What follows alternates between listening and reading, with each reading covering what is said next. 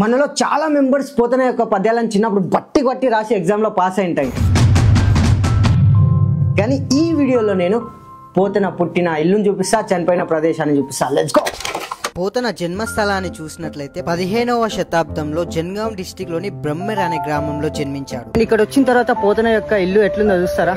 చూడండి, మొత్తం శిథిలావస్థలో ఉంది. అయితే ఈ పక్కనే ఒక పోతన మందిరం అని గవర్నమెంట్ ఈ మధ్యన ఒక బిల్డింగ్ కట్టింది. దీంట్లో వచ్చేసి పోతన యొక్క విగ్రహం ఉంటుంది, గట్లనే రాముడి విగ్రహాలు గట్లుంటాయి. అట్లా కొంచెం మనం జర్రాకి ఇక్కడ చూస్తున్నట్లయితే ఇది వచ్చేసి ఒక చిన్న దేవాలయం ఉంది. అలా పోతన ఇల్లును చూసిన తర్వాత నేను వచ్చేసిన పోతన సమాధి దగ్గరికి వచ్చినాక నేను ఫుల్ ఖుషి అయినా. ఎందుకంటే చిన్నప్పుడు ఏ వ్యక్తి గురించి అయితే బుక్లలో చదివినానో ఇప్పుడు అదే వ్యక్తి పైన వీడియో తీసాను. ఫ్రెండ్స్, ఫైనల్ గా మనం అయితే బెమ్మెర పోతన యొక్క సమాధిని ఎక్స్ప్లోర్ చేసినాం. అండ్ ఇక్కడ నుంచి నేను వెళ్ళిపోతున్నా.